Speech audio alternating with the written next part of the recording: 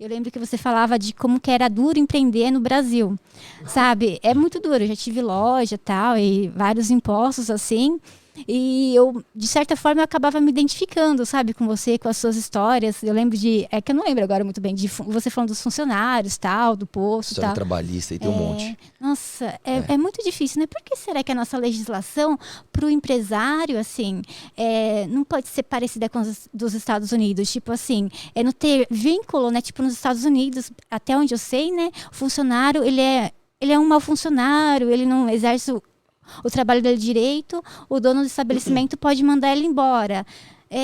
Por que que no Brasil é assim, tipo, a pessoa tá ali, às vezes ela não quer estar, ela faz tudo errado e te prejudica? Eu vou te dar até um conselho, assim. Conselho não é a palavra, mas vamos abordar esse mesmo tema do outro ponto de vista. Porque quando a gente fala assim, não, porque pro empresário todo mundo fala, lá vai ele falar que o empresário é coitadinho. Não é isso. Eu coloco isso do ponto de vista do trabalhador mesmo. Vamos colocar o empreendedor, porque eu falo assim, o cara que ele é funcionário, ele é um empreendedor no CNPJ de outro. Sim. Ele é isso. Vamos pôr do ponto de vista dele. Hoje essa pessoa, ela muitas vezes ela opta pela informalidade, ela opta por trabalhar sem a carteira registrada, porque os moldes do trabalho e do serviço que ela quer prestar não estão previstos na nossa legislação. E qual que é a história disso? O Brasil ficou de fora de todas as revoluções industriais. Nós tivemos várias. Tivemos a máquina a vapor, tivemos a produção em linha. O Brasil ficou de fora de todas elas. A industrialização chegou no Brasil sempre atrasado. Então nós nunca fomos um país industrializado. O Brasil começou a trazer algumas indústrias para cá no início do século XX. Então, quer dizer, nós não estamos falando de um país que pegou ali toda a revolução industrial. Não foi isso. Nós chegamos muito atrasados. E o que aconteceu é que nós tivemos, por causa do Getúlio Vargas, leis trabalhistas que eu nem vou querer dizer aqui que naquele contexto eram tão erradas. Eu nem vou entrar nesse mérito. Não vou falar, estou aqui nos anos 20 dizendo que o cenário... Não quero dizer isso, né? Anos 20, anos 30. Vamos colocar o problema que está dado hoje.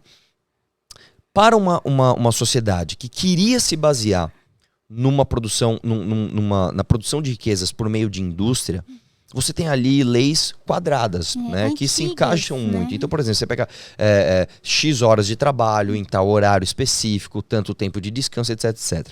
O problema é que hoje o Brasil nunca foi um país industrializado, nunca foi o nosso forte, e hoje não é. E não deve ser. Eu nem acho que a gente deve ser, né? Hoje nós tiramos muito da parte do nosso PIB é de exportação de commodity, então é agronegócio, etc, que é outra coisa.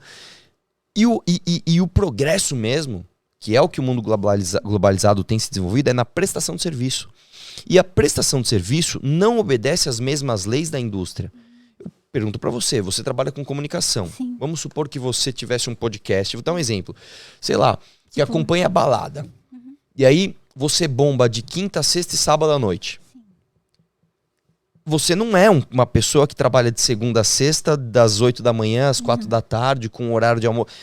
A tua prestação de serviço ela é diferente. Você não se adequa às leis trabalhistas que nós temos no Brasil. E o problema é que a gente tem essas leis para tudo. Então, eu vou dar um exemplo. Eu tenho um amigo que ele tem um restaurante, que o restaurante dele só abre de quinta, sexta e sábado. Só abre de quinta, sexta e sábado. Ele fala, eu tenho uma dificuldade tremenda, cara, porque segunda e terça eu nem abro, que é muito vazio o meu restaurante, eu nem abro. E quando eu tenho que contratar alguém, eu tenho que necessariamente registrar, essa pessoa tem que criar um vínculo trabalhista. E eu não quero. Às vezes eu quero uma pessoa que me presta serviço por dia. Quero comprar o dia da pessoa. E não consegue. Então, hoje nós temos leis arcaicas. E eu sempre jogo isso pro ponto de vista do próprio trabalhador. Porque quando você fala de defender empresário, você fala empresário, o cara já torce o nariz. Mas então vamos falar do ponto de vista do trabalhador. Por que hoje a gente tem desemprego que passa da casa dos 2 dígitos? Por que hoje nós temos metade das pessoas na informalidade? Ainda mais com a pandemia, né? Por quê? Porque as leis estão fora do lugar. Você quer ver outra coisa? Como é que pode 95% de todos os processos trabalhistas do mundo estarem no Brasil, se nós nem somos um país industrializado?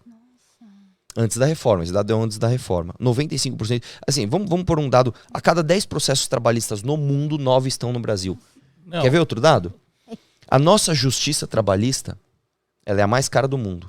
Só que ela é 2 vezes mais cara do que o segundo lugar. É a mesma coisa que eu falar assim, ó. Vamos ver quem tem mais dinheiro. Aí você pega o cara mais rico do mundo, a gente tem alguém que é 2 vezes mais rico que o mais rico. Essa é a nossa justiça trabalhista. Só para você ter outro dado, que esse é assustador. A nossa justiça trabalhista, ela custa mais do que os processos que ela... Eu vi isso uma vez, aí eu pensei, a gente pensa assim, né? Se tipo, pegasse o dinheiro que custa e dasse para as pessoas, cara, é né? inacreditável. Se o governo falasse assim, você fez uma reclamação trabalhista, eu tô pegando dinheiro de imposto e te dando, você nem precisa brigar, era mais barato do que manter toda essa máquina. Manter essas pessoas. Fora, assim, se eu contar as histórias aqui... Não, eu vi um prédio que eles queriam abrir aqui, uma vara trabalhista que precisava de academia, precisava de massagem, precisava de cabeleireiro. Né? Porque eles precisam tanto disso se o trabalhador lá que trabalha todos os dias tá ali, né? E não tem acesso, às vezes, né? Nem um salário digno, né? Exato. Não, e aí assim, eu vou dar exemplos aqui da vida real, que foi o que aconteceu comigo uma vez, por exemplo. Quando eu digo que eu tive estacionamento, o que eu fiz? Uma vez... eu vi um terreno bem grande do lado do aeroporto de Guarulhos. E eu abri um estacionamento que é daquele estilo... Quando eu abri não tinha, hoje tem um monte, né? Quando eu abri tinha um só. Nossa, hoje tem muito mesmo. Que fazia o quê? Você estaciona o carro, uma van te leva pro aeroporto e te traz de volta. Por quê? Porque o estacionamento do aeroporto é muito caro, né? E na época não existia Uber, só existia táxi. Táxi, por exemplo, você... eu tô em São Roque. Eu quero pegar um voo em Congonhas. Você ia gastar R$400 de táxi. Era muito caro. Exatamente. Não sei se hoje tá mais acessível por causa do Uber. Você vai de carro, deixa o carro lá e ainda dava uma lavagem pro cara. Quando eu fui abrir o estacionamento, eu abri mesmo, eu comprei, eu aluguei uma máquina, eu abri a entrada do estacionamento, eu comprei uma guarita no Mercado Livre, eu peguei o cimento e pus a guarita ali, né? Eu paguei R$1.400 naquela guarita, assim, todo o dinheirinho ali que eu tava contando tal, peguei, chamei o cara das vans, aí eu chamei o pessoal, falei, pessoal, preciso de gente pra trabalhar aqui, como vocês querem fazer? E aí eu vou fazer uma conta aqui de padaria pra você entender.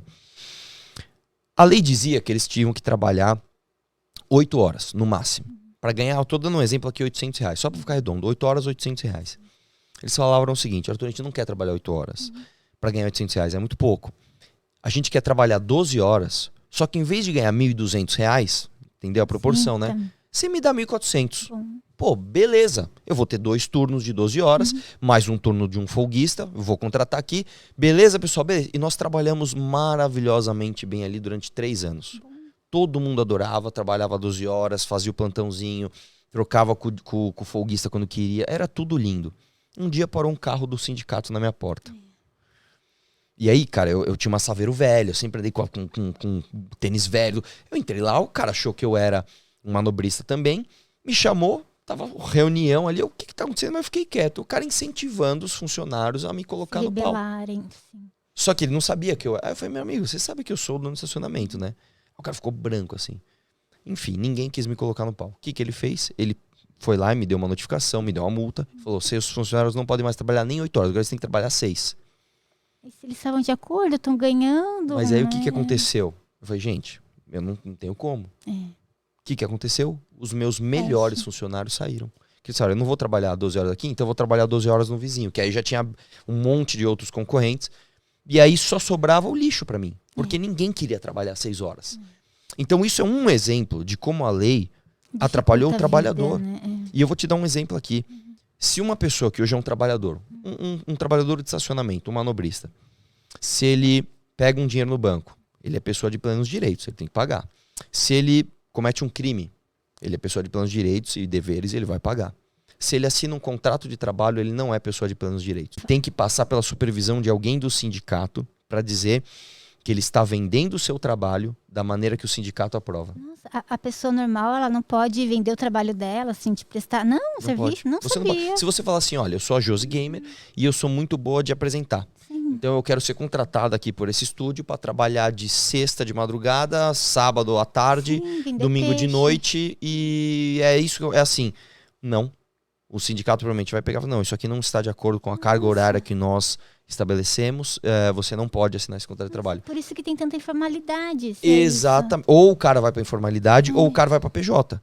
Então, meu irmão, eu vou abrir uma empresa e vou prestar um serviço para você. Porque aí você foge também de outra coisa que é a tributação. Que assim, é um absurdo. Como é que você pode, num país que tem tanto desempregado, você querer tributar o emprego? Se eu tô te dando emprego, como é que eu vou pagar imposto porque eu tô te dando emprego? Isso é um absurdo.